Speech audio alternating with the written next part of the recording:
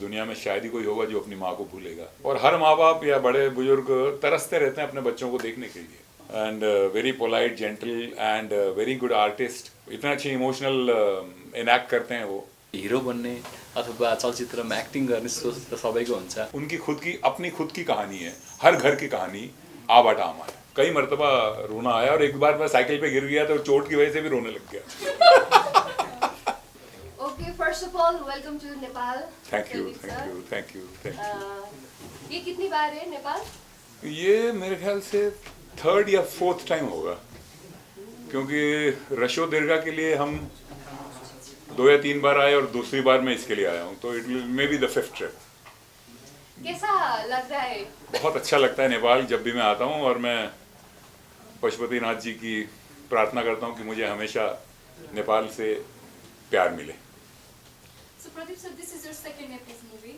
So what motivated you to return back to Nepali film industry? Because the first film was hit. Cinema में the hit means a lot. Film popular हो गई, चल गई, लोगों को अच्छी लगी, तो जितने भी लोग फिल्मों से जुड़े हैं, जैसे प्रोड्यूसर है, डायरेक्टर है, एक्टर्स हैं, उन सब के लिए बहुत इट्स लाइक खुराक, मतलब टॉनिक मिलता है। Popularity matters. जी, बहुत ज़्यादा।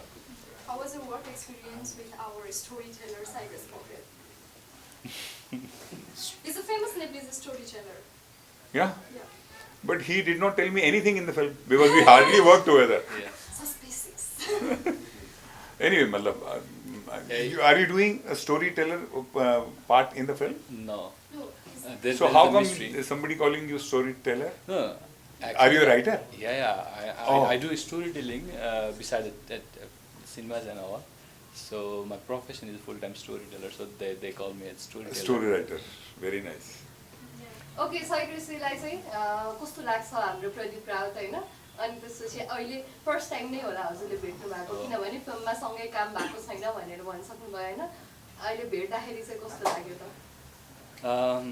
सबैजनालाई चाहिँ एउटा के महत्त्वाकांक्षा हुन्छ भने आफूभन्दा अग्रज व्यक्तित्व जसले चाहिँ एउटा जगतमा एउटा जुनै पनि क्षेत्रको जगतमा चाहिँ एउटा नाम कमाइसकेको हस्ती उहाँहरूसँग भेट्न पाउनु नै एउटा इच्छा हुन्छ होइन। हामीले गजनी भनेर देखिरहेको मान्छेलाई देख्न पाउनु पनि एउटा सपना जस्तो थियो, तर उहाँसँग आबद्ध भएको चलचित्रमा आफू पनि एउटा प्रमुख पात्रमै खेल्न पाउनु त एकदम भाग्यको कुरा हो। अनि त्यो मानेमा पनि गदगद थिएँ। राजेश प्रत्यक्ष उहाँबाट यसरी एउटै काउचमा बसेर आफ्नो अभिव्यक्ति दिन पाउँदा एकदम खुसी लागेको छ। Do I need to translate? थोड़ा बहुत तो समझा दो यार। शी वाज आस्किंग आपको कैसा लग रहा है? Sorry for mind. And I said that meeting a legend is itself in blessing. अरे यार, आपने बहुत ज़्यादा बोल दिया। देखिए, अलग अलग किस्म के एक्टर कभी कभी, अब अलग अलग कंट्री के एक्टर हैं, कभी कभी मिल लेते हैं। ये अपने आप में ऑब्वियसली कोई भी एक्टर लंबे टाइम तक सर्वाइव करता है फिल्मों में, तो इसका मतलब 2 चीज़ें हैं, एक तो उसका भाग्य अच्छा है, दूसरा उसका काम भी अच्छा है। सयकृषिलाई मैले सोधेँ, हजुरलाई त योभन्दा अगाडि धेरै फिल्मबाट अफरहरू आएको थिएन, तर तपाईँले आबाट आमाले किन रोज्नु भयो? चन्द्रजी लिसन टु इट है। ओके, यस्तो हो, म अभिनेता भएको थियो भने म धेरै अगाडि नै पनि आइसक्थेँ। मेरो पूर्णकालीन कर्म चाहिँ कथासँग सम्बन्धित भएको कारणले म त्यसमा एकदम मजा लिइरहेको थिएँ र अझै पनि निरन्तर लिन्छु नै होइन। तर त्यो भन्दै गर्दाखेरि सानोमा कहीँ न कहीँ कतै न कतै हिरो बन्ने अथवा चलचित्रमा एक्टिङ गर्ने सोच त सबैको हुन्छ। अनि त देख्दा पनि ठिकै छ, हिरो बन भनेर जिस्काउने पनि धेरै हुन्छ नि त साथीहरू। त्यो कुरालाई मैले एकदम सिरियसली लिँदैन थिएँ। अनि जब मेरो स्टोरी टेलिङ पिकमा पुग्दै जान थाल्यो, अनि सबैले चाहिँ तपाईँ चलचित्रमा अब कहिले देखिने भन्दा त्यो मजाक नै यथार्थमा परिणत हुँदै गयो कि। अनि चाहिँ त्यसपछि फिल्महरूबाट अफर आउन थाल्यो। अनि मैले चाहिँ म जस्तो छु त्यस्तै देखिन पाएँ चाहिँ ठिक छ, तर मैले आफूलाई रूपान्तरण गर्न पऱ्यो भने अझ बढी मेहनत गर्नुपर्छ र त्यसको लागि मैले समय दिनु पऱ्यो। त्यस कारणले म अलिकति समय लिएर नै आउँछु भन्ने सोच थियो। तर चन्द्रजीले मलाई के गरेर अप्रोच गर्नुभयो भने, साइकृषि मलाई अरू चाहिएको होइन है, मलाई तपाईँ जस्तो हुनुहुन्छ नि अन एन्ड अफ क्यामेरा त्यस्तै मान्छे चाहिएको हो। त्यस कारणले तपाईँ स्टोरी टेलर भन्ने क्याप चाहिँ निकालेर आउनुहोस्, तर तपाईँ जस्तो स्वभाव र प्रकृतिको हुनुहुन्छ हामीलाई राम भन्ने क्यारेक्टर त्यही चाहिएको भनेर त्यस पछाडि म कन्भिन्स भएको। कथाले नै तपाईँलाई छुयो? कथाले त अभियसली हुन्छ।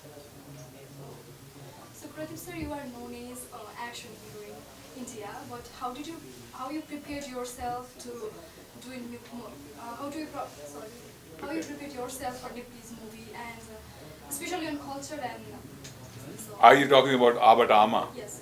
Are Abatama is such a strong story and very. Cultural movie and emotional.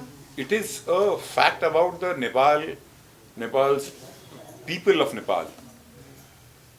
क्योंकि नेपाल में जवान लड़के लड़कियां होते हैं वो काम करने के लिए दूसरे मुल्कों में चले जाते हैं, दूसरे देश में चले जाते हैं, और जैसे हम काम करने के लिए अपना शहर छोड़ के बम्बई आते हैं और फिर बम्बई में ही रह जाते हैं, तो अपने गांव हम जाते ही नहीं हैं वापस, थोड़ा बहुत जा पाते हैं. Exactly same is happening in Nepal for so many years. So this is a masterpiece. This story is a masterpiece and the bloodline of Nepal. तो obviously जब मुझे चंद्र भाई ने ये कहानी सुनाई तो मुझे बहुत अच्छा लगा. मतलब मैं तो I became very emotional. It is a fact. और हर माँ बाप या बड़े बुजुर्ग तरसते रहते हैं अपने बच्चों को देखने के लिए. तो आवाटामा तो इसे ज़बरदस्त कहानी है और सच्चाई है, फैक्ट है फॉर इयर्स. तो ये फिल्म तो जब ऑब्वियसली बाहर आएगी देखने के लिए तो मुझे लगता है कि बहुत ही लोगों को बहुत पसंद आएगी, क्योंकि ये उनकी अपनी खुद की कहानी है, हर घर की कहानी आवाटामा है. ओके, आपका बेटा जो है पॉल शाह, उसका हाँ. जानते हैं क्या?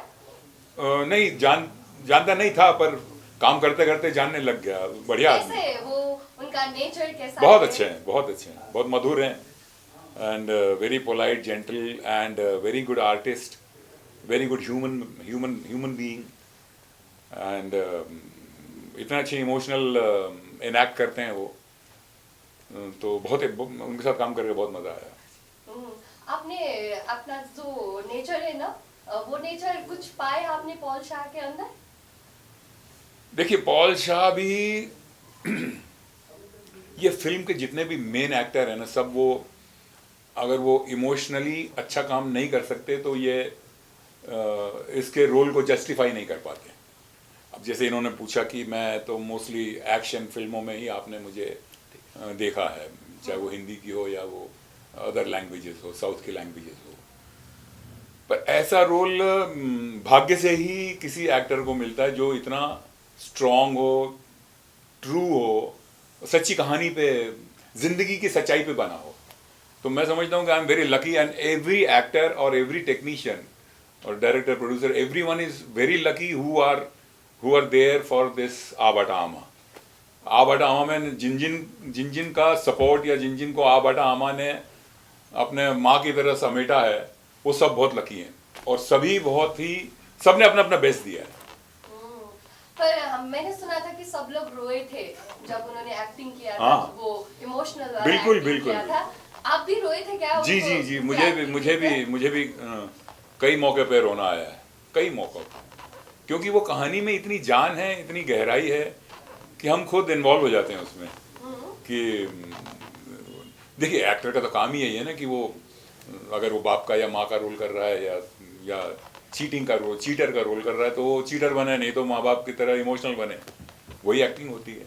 बहुत ही शानदार है. कई मर्तबा रोना आया, और एक बार मैं साइकिल पे गिर गया तो चोट की वजह से भी रोने लग गया. और आपकी पत्नी विपना थापा, पोतनी आपकी पत्नी थी, पोतनी पत्नी, वाइफ. हाँ. You missing her right now? आई आप थिंक अकेले आए हो, उनको साथ लेकर आना चाहिए था. मुझे पता ही नहीं कहाँ गायब हो गई. वो शॉपिंग पे गई हैं. नहीं, वो बहुत अच्छी. No she is a very, क्योंकि मैं उनको हमारी लास्ट फिल्म रसो दीर्घा से भी जानता हूँ ना. उसमें हम लोग वी वर इन अपोजिशन, वो और हम एक तरह से थोड़ा टकराव था उस फिल्म में.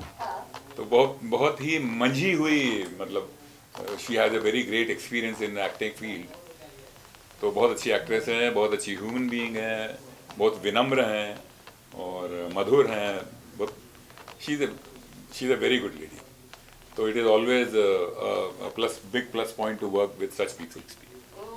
आपको नेपाल में कैसी ऐसी क्या चुंबक है जो खींच के लेकर आ रही है? आप इतने सब खूबसूरत लड़कियां यहाँ हैं तो कोई भी एक्टर आ ही जाएगा ना, वही बुलावे पे। नहीं, चुंबक तो क्या विपना थापाई चुम्बक है। नहीं विपना जी नहीं। चुंबक, देखिए चुंबक ये होता है कि जो काम हम करना चाहते हैं, अगर हमको मनपसंद काम मिलता है तो वही एक्चुअली वही एक ग्रीड होती है कि अच्छा काम है। और मेरे अच्छे दोस्त हैं डायरेक्टर साहब, तो आज this is my 4th film with him. How was your chemistry with Vipana ji? आपने इससे पहले भी काम किया हुआ है और इस बार आपने फाइनली विपना जी को बीवी के रूप में। हाँ, विपना जी के साथ मेरी केमिस्ट्री बहुत अच्छी है, क्योंकि जब दो एक्टर सिर्फ काम के लिए नहीं, काम करते करते दिल से भी जुड़ जाते हैं ना, उनके बीच में एक इज्जत आ जाती है एक दूसरे के लिए, तो काम की क्वालिटी बहुत अच्छी आती है। तो आ बटा आमा में हमारा ऐसा ही हुआ है, क्योंकि दोनों बेटे को इतना चाहते हैं, मिस कर रहे हैं, रोना भी आ रहा है, बहुत सारी चीज़ें जब आप फिल्म देखेंगे तो पता चलेगा आपको। तो आप कैसे याद करेंगे अपनी माँ को? माँ को कौन भूल सकता है? इस दुनिया में शायद ही कोई होगा जो अपनी माँ को भूलेगा। और मेरी माँ तो अब रही भी नहीं, तो मेरे लिए उनकी याद बड़ी बड़ी दर्दनाक, मतलब मुझे कई बार मुझे अपनी माँ की याद आती है। और हमेशा मैं माँ को ना पाके इस दुनिया में मुझे बड़ा अकेलापन और घबराहट होती है। मैं अभी भी अंदर से, शायद माँ के लिए तो चाहे कितना भी इंसान बड़ा हो जाए, माँ के लिए तो वो बच्चा ही रहता है ना। और आदमी बड़ा है, उसको माँ के लिए वो माँ एकदम भगवान के, शायद भगवान के बाद या धरती पे तो माँ ही भगवान है। ऐसी क्या चीजें जो सबसे ज्यादा याद आती है जब माँ बोलती है ना हर वक्त, वो क्या चीजें जो याद आती है आपको? अभी होता यह था कि घर घर में या तो माँ डांटती है या पिताजी डांटते हैं। तो मेरे घर में मेरी माँ भी बड़ी सॉफ्ट नेचर थी, तो उन्होंने कभी भी शायद मुझे डांटा नहीं है। और पिता मेरे फौज में थे, तो उनके साथ मुझे बहुत कम रहने को मिला। तो एक तरह से हम सब के माँ बाप अनमोल हैं, अमूल्य हैं।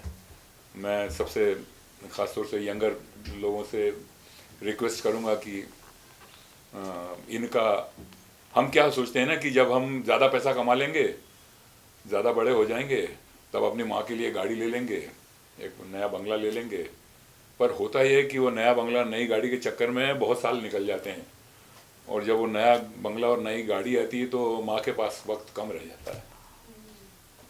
तो मैं सबसे यही कहूँगा कि अपने माँ या पिता या बुजुर्गों का बहुत सम्मान करें, बहुत प्यार करें उनको, क्योंकि न जाने कब चले जाएं वो, और फिर हम सिर्फ उनको याद ही करते रह जाएं। यही आ बटा आमा में भी है, इतना प्यार। साई ग्रेसी, हजुर चाहिँ कसरी सम्झिनुहुन्छ आफ्नो आमालाई?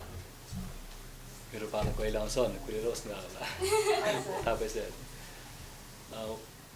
सबैको आमा जस्तै हो, कुनै पनि आमाले सन्तानलाई यसको नासी जाओस्, बिग्री जाओस्, भत्की जाओस् भन्ने त हुँदैन। यदि संसारमा सेल्फलेस लभ अथवा बिना स्वार्थको प्रेम गर्ने कोही छ भने त्यो आमा मात्रै हो। हामी साथी सम्बन्धमा पनि केही न केही चाहना राखिहाल्छौँ। त्यसैको लागि चाहिँ मैले एउटा नारेसन गरेको थिएँ। यदि हजुरहरूले मलाई स्वीकृति दिनुहुन्छ भने म सानो सुनाउँछु है। भाई ने अभी शायद एक बात कही कि बिना स्वार्थ के जो प्यार होता है वो सिर्फ माँ ही करती है। I totally agree with this. I salute my mother and I salute every mother. मेरी आमालाई एउटा नयाँ चोली किन्न सकूँ, मेरी आमालाई एउटा नयाँ चोली किन्न सकूँ, सुनिरहूँ झैँ लाग्ने उनको मिठो बोली किन्न सकूँ, मेरी आमालाई एउटा नयाँ चोली किन्न सकूँ, मेरी आमालाई कहिल्यै कुनै रोग नलाग्ने औषधिको एउटा गोली किन्न सकूँ, मेरी आमालाई एउटा नयाँ चोली किन्न सकूँ, मेरी आमालाई खुसी भएर रमाउनलाई एउटा भोलि किन्न सकूँ, मेरी आमालाई एउटा नयाँ चोली किन्न सकूँ, मेरी आमालाई मेरी आमा जस्तै असल नारीको एउटा डोली किन्न सकूँ, मेरी आमालाई एउटा नयाँ चोली किन्न सकूँ, मेरी आमालाई टाउको लुकाउनलाई एउटा खोली किन्न सकौँ, मेरी आमालाई एउटा नयाँ चोली किन्न सकौँ, कहिले कुनै रोग नलाग्ने औषधिको एउटा गोली किन्न सकौँ, मेरी आमालाई एउटा नयाँ चोली किन्न सकौँ।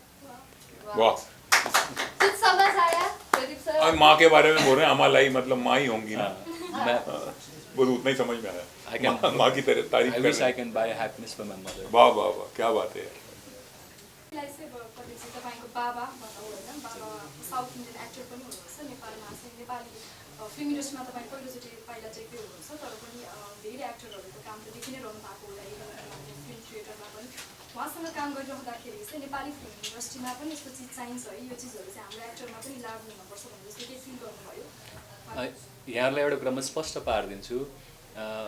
मेरो सुटिङ स्लट र सरको सुटिङ स्लटको टाइम चाहिँ सरको सकिएपछि मेरो इन्ट्री भएको हो। त्यस कारणले हामी स्क्रिनमा सँगै सेयर नगरे पनि हाम्रो कनेक्सन एकदम स्ट्रङ छ है।